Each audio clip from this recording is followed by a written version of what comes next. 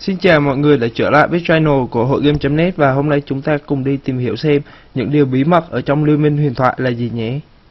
Hey guys, what is up and I welcome you to a new episode of League of Myths. Please do not forget to throw in a like if you do end up enjoying this episode on top of staying till the very end for another sweet Phoenix giveaway. But let us not stall any longer and go to the first myth submitted by Bob Smith. Will exhaust reduce Zed's ultimate damage to the death mark after he places it versus prior to? This is somewhat of an interesting one because it really determines how the death mark skill works. Does exhaust affect the mark as it's placed or as it activates? So just for testing purposes, we do one without exhaust to see the exact damage, and it does 71 damage to the Hecarim. Now in this scenario, just as the Hecarim puts his exhaust onto myself, I throw the ultimate right onto him, applying the death mark while exhausted, but as it explodes, you can see that it still does the full damage. And now for the next test case scenario, just as I ulti the Hecarim, he walks to the side to make sure I don't automatically auto attack him. Just before the mark explodes, he throws the exhaust off and you can see that it does do reduced damage, which we can definitely conclude that the exhaust only affects Zed's ultimate's damage as it explodes versus when he applies it.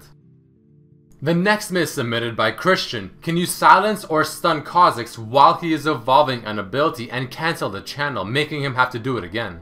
So I don't know about you guys in your games, but I've never seen a Kha'Zix evolve an ability in front of someone that is able to stun or silence. So naturally, thinking that him evolving is considered a channel, I thought the stun and silence will stop it.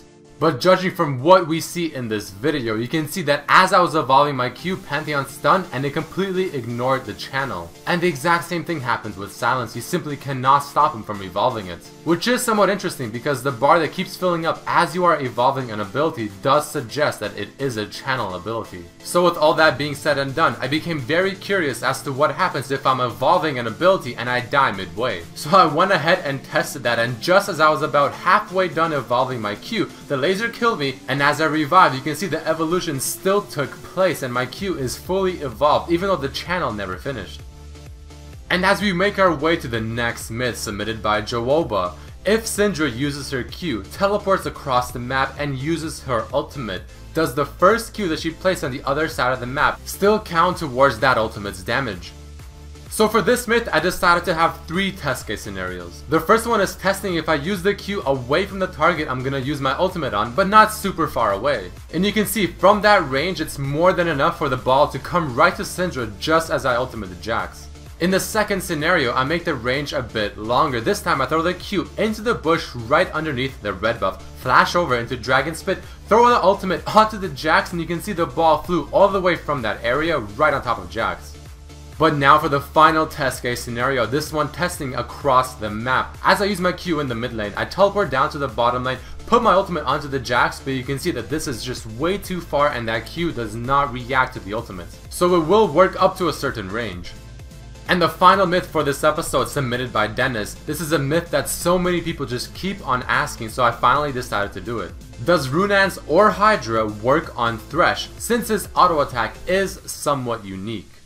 So one of the reasons why this myth is so popular and always asked is the fact that Thresh's auto attack will go through Yasuo's wall. But the reason that it goes through his wall is because his attack is not a projectile, but it is still ranged. So with that in mind, let's test it with first Tiamat. As you can see, my friend did get it on his Thresh, and as he walks up to auto attack the minions, the Tiamat AoE effect is not working whatsoever, and on top of this, he cannot even activate the item. Next, I finally finished my Runaan's Hurricane, and this time as I'm auto attacking the minions, you can see that the ball is shooting out the 2 projectiles like it should. And finally, just for testing purposes, we decided to do this as well with Hydra. As my friend finished the Tiamat into the Hydra, he's auto attacking the minions, and once again, nothing is happening nor can he activate the item. So to answer this myth once and for all, only Runaan's works. Alright guys, hope you enjoyed this episode. Please throw in a like if you did, and also submit your own myth to be featured in the next episode. You can either submit it down below under this video, tweet at me at RedMercyLOL, or on my Facebook fan page, also RedMercyLOL. But on to the giveaway. First, a big congratulations to @Megaboy1324 for winning last week's episode. This episode I will be giving away the Phoenix Nasita and their mouse, the Dimora. I honestly think their mouse is probably the best product that they have, so I'm very excited to be able to give you guys one of these. It truly is pretty sweet. And in order to win this one, all you have to do is like this video, follow myself and Phoenix on Twitter, and simply tweet at myself and Phoenix saying why you want to win. Make sure to include the hashtag PhoenixRedMercy. But as always, I hope you guys enjoyed this episode. Good luck to everyone entering, and I'll see you next time. Peace.